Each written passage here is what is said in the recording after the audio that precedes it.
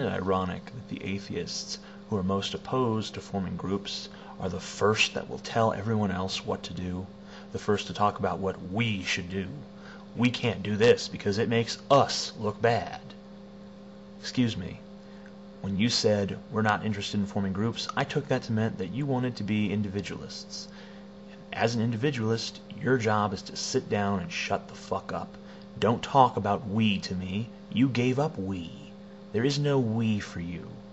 You want there to be a we? Come on board and we'll talk. If you're not going to be involved in the movement, then stay where the fuck you are and shut the fuck up. Not because I tell you to, but because you're only defeating yourself. It makes no logical sense. And that's not the only thing that doesn't make logical sense about what you're saying. You make accusations like we're not being reasonable. This accusation is usually coupled with completely unreasonable statements like, you're out for blood, or you're the same as the theists. The same as the theists, huh? Well, are the theists campaigning for social equality and First Amendment rights? No, the theists fight for the status quo. They always have, they always will. The theists use slippery slope arguments to make their detractors out to be monsters. So if anyone here is acting like the theists, it's those of you who have been prematurely critical of our movement based on nothing more than an impassioned speech containing no pertinent information about our objectives. Do you believe that reason and compassion are mutually exclusive concepts? I mean, do you believe that in order to be a rational person, you have to forfeit all emotion and rely on cold logic as your only means of persuasion? What's reasonable about ignoring human emotion and how it comes into play in our society? What's rational about using methods that don't work over and over again and expecting a different result? I mean, to deny that social change is brought about by activism, that's not reasonable. To fight theocracy is reasonable. To call a movement violent without knowing anything about it, that is not reasonable. But to hate persecution, and yes, I'm using the word hate because I do hate persecution, that's reasonable. You think you're reasonable because you lack passion? You're not, okay?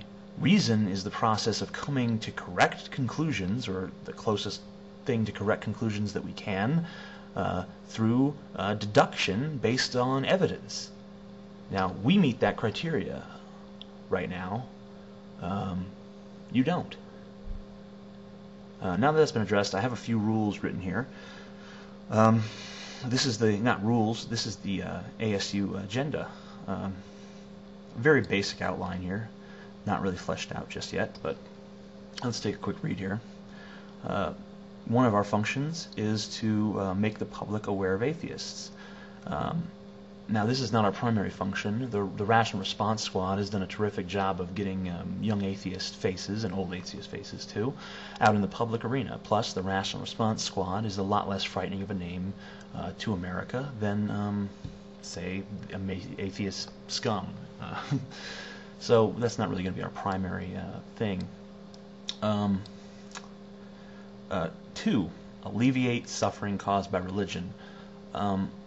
Basically, we want to make tangible contributions to those who have suffered at the hands of religious zealots, such as refugees from Darfur and the families of murdered men like Larry Hooper.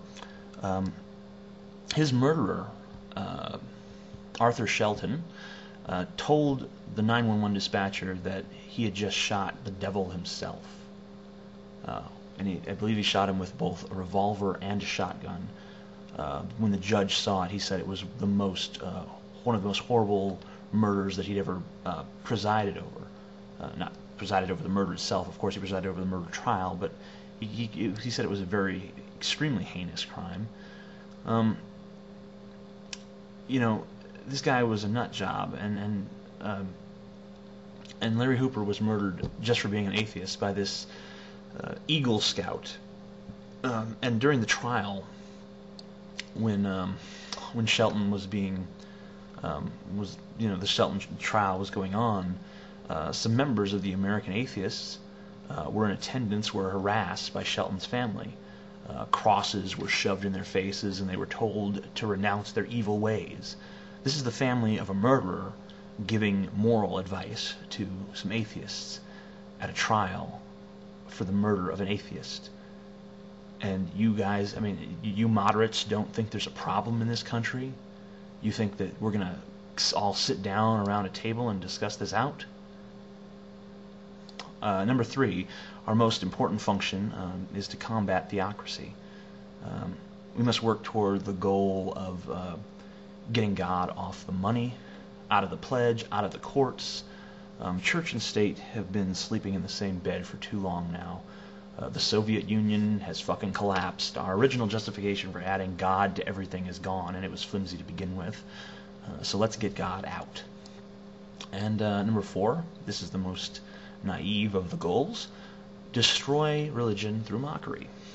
That means, reasoning works with some theists. We all know that. I mean, I've converted some people. I know Goat has converted some people. I think we've all converted at least 1 or 2 people in our crusades.